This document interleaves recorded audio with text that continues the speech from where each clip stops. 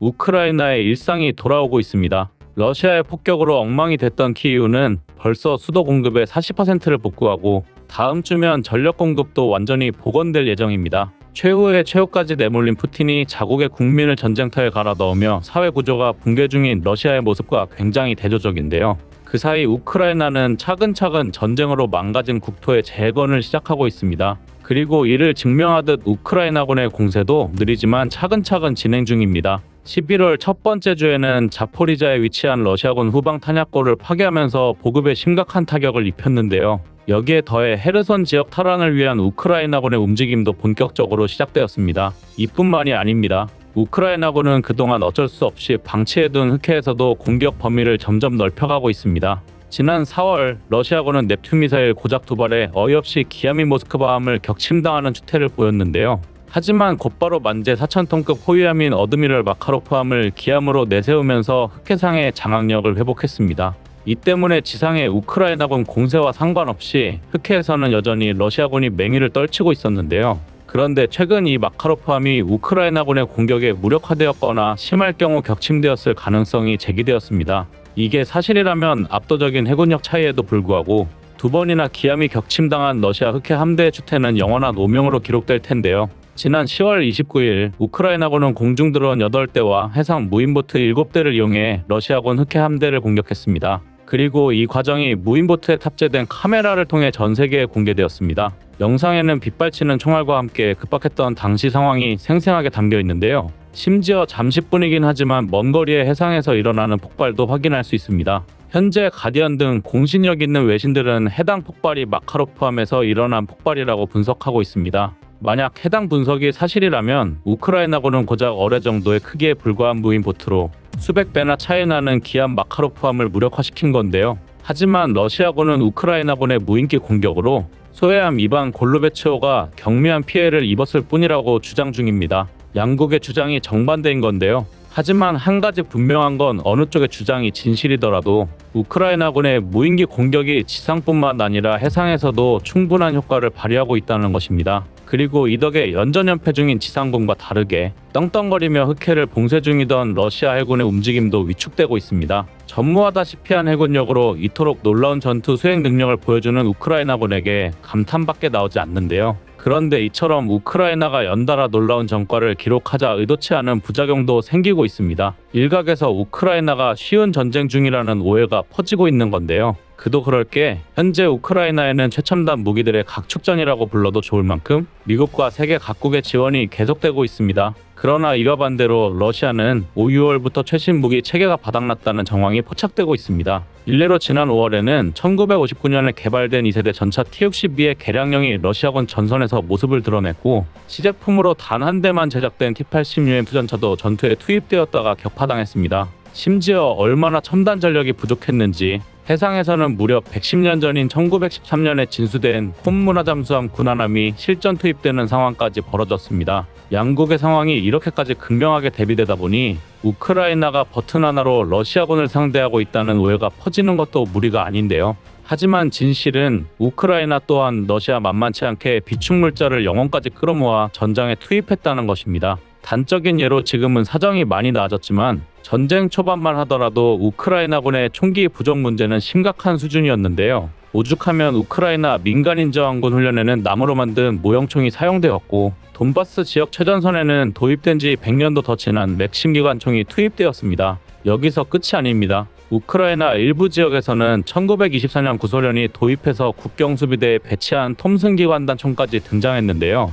그나마 맥심 기관총은 수랭식이라는 독특한 냉각 방식으로 장시간 사격할 수 있다는 장점이라도 있지만 맥심 기관총까지 등장했다는 건 우크라이나가 정말로 창고 바닥까지 박박 긁어모아 죄다 전선에 투입했다고밖에 볼 수 없습니다. 이것만 봐도 우크라이나가 절대 쉬운 전쟁 중이라고는 말할 수 없을 텐데요. 그래도 총기류는 사정이 나은 편입니다. 앞서 말한 대로 어떻게든 비축물자를 긁어모으면 변통할 수 있는 수준이었는데요. 하지만 진짜 문제는 우크라이나가 대전차 수단도 상당히 부족했다는 것입니다. 구형 치장물자까지 치면 러시아가 전 세계에서 최대 규모의 기갑 전력을 보유하고 있다는 걸 생각하면 이는 심각한 문제였습니다. 물론 익히 알려졌다시피 서방에서 지원한 제블린이나 TB2 바이락타르 같은 대전차 수단들이 있기는 했지만 이는 어디까지나 보병용 무기 체계라 넓은 전장에 효과적으로 대응하기에는 어려웠는데요. 오죽하면 우크라이나에서 독일이 사용하던 케케묵은 야전 노하우까지 꺼내들었을 정도입니다. 바로 응급형 대전차 자주포인데요. 세계 최강의 자주포 전력을 보유한 대한민국 국민에게 자주포라 하면 K9 같은 곡사포를 떠올리기 마련이지만 사실 자주포는 자력으로 이동 가능한 모든 야포를 의미합니다. 즉 직선으로 포탄을 날린다고 하더라도 바퀴와 엔진이 달려있으면 자주포라고 부를 수 있다는 것입니다. 하지만 현대에 와서는 주력전차의 개념이 등장하고 포병이 원거리 화력 지원을 전담하는 등 맡은 바 임무가 명확하게 나뉘면서 자주포의 개념이 자주곡사포를 의미하게 바뀌었는데요. 그런데 우크라이나는 이 현대전의 개념을 오히려 역으로 해석하여 야포를 직선포처럼 활용해 러시아의 기갑 전력을 격파하는 데 사용했습니다. 그것이 바로 응급형 대전차 자주포인 건데요. 문자 그대로 응급 상황이니 야포에 바퀴를 달아 전차를 상대하겠다는 것입니다. 그리고 이를 위해 우크라이나는 1970년대 도입한 전장 6.45m, 전폭 2.86m, 전고 1.86m의 MTLB 장갑차 차체 위에 100mm 구경 T12 대전차포를 쑤셔박아 버렸습니다. 군사 분야에 조금이라도 관심이 있는 사람이라면 헛웃음이 나올 만큼 주먹구구식인 방법인데요.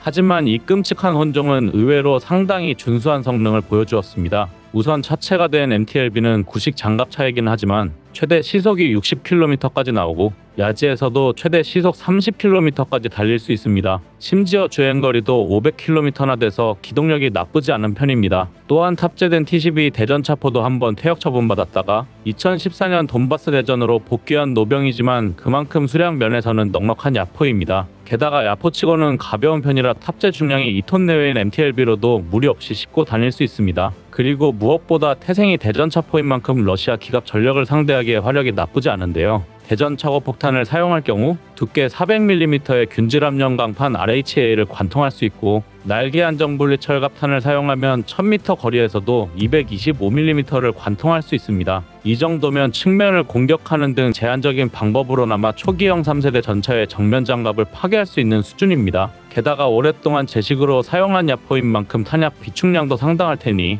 찬밥 더운 밥 가릴 상황이 아닌 우크라이나 입장에서는 이보다 완벽한 야포가 없습니다. 실제로 이 응급형 대전차 자주포는 후방 예비부대뿐만이 아니라 우크라이나 동부 최전선에서 전투를 담당하는 아조프 연대나 마리우폴에서 최후의 1인까지 저항을 멈추지 않은 제36 해병볼리어단 같은 최전방 부대에서도 사용하는 모습이 포착되었습니다. 말 그대로 응급 상황에서 필사의 각오로 만들어낸 구국의 자주포인 셈인데요. 한편 응급형 대전차 자주포처럼 곡사포로만 여겨졌던 자주포가 직사포로 활약한 경우가 있는가 하면 이와 반대의 경우도 등장했습니다. 지난 8월 31일 SNS에는 우크라이나군의 주력 전차인 T-64BV가 기종이 알려지지 않은 러시아 전차를 파괴하는 장면이 공개되었는데요. 여기까지만 보면 이미 러시아군 전차 손실량이 3000대를 돌파한 마당에 뭐가 특별한가 싶지만 이 영상은 역사 속에서 전차가 등장한 이래 최장거리에서 이루어진 전차전으로 기록되고 있습니다. 우크라이나군이 무려 1600m 밖에서 러시아 전차를 파괴하는 데 성공했기 때문인데요.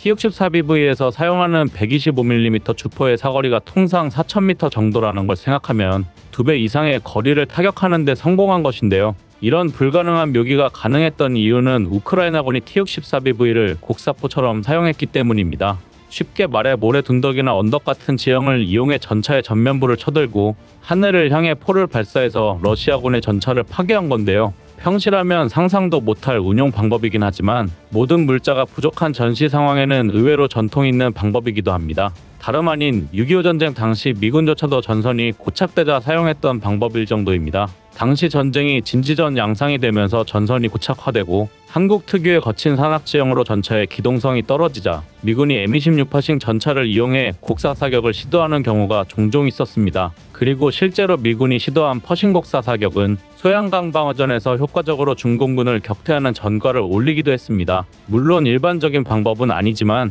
당장 화력 지원을 전개할 포병 전력이 부족하고 아군 보병의 생명이 경각에 달린 상황이라면 충분히 시도해봄직한 비장의 카드인데요. 우크라이나군이 T-64BV를 곡사 사격에 이용한 이유도 버려진 러시아군 전차를 파괴해야 하는 상황에서 적의 격렬한 저항으로 보병을 투입할 수 없었고 포병의 화력 지원조차 불가능해서 어쩔 수 없이 선택한 방법이었습니다. 그리고 이런 참신한 시도 덕분에 아군의 희생 없이도 러시아군의 전차를 파괴하는 쾌거를 올린 건데요. 이처럼 우크라이나 전쟁 전쟁을 계기로 현대전에 대한 모든 예상과 통념들이 완전히 뒤바뀌고 있습니다. 그간 현대전은 총력전도 아니었고 전 국토가 전쟁에 휩쓸리는 게 아닌 소규모 전투 위주의 장기전이었습니다. 보병보다는 미사일과 첨단 무기체계가 핵심이었고 우수한 성능의 주력 전차가 전장의 다방면에서 활약하는 전쟁이었습니다. 반면 제블린 같은 대전차 미사일들은 3.5세대 주력 전차 앞에서는 무의미하다고 여겨졌습니다. 그러나 정작 우크라이나 전쟁을 통해 밝혀진 현대전은 아무것도 확신할 수 없다라는 단 한 가지 명제를 제외하고는 모든 게 예상과 달랐습니다. 오죽하면 그전까지 정의된 현대전은 오로지 미군만 가능한 공격 방법이라는 주장까지 등장할 정도입니다. 이에 따라 대한민국의 군사교리에도 큰 변화가 필요하게 되었는데요. 우크라이나 전쟁을 계기로 우리 군의 비축 물자에 대한 점검도 함께 진행되길 바랍니다. 어떠한 예측도 무의미한 현대전에서 대한민국의 안보를 위협한 무슨 외통수가 튀어나올지 모를 일이기 때문입니다. 이상 꺼리튜브의 두 번째 미션이었습니다.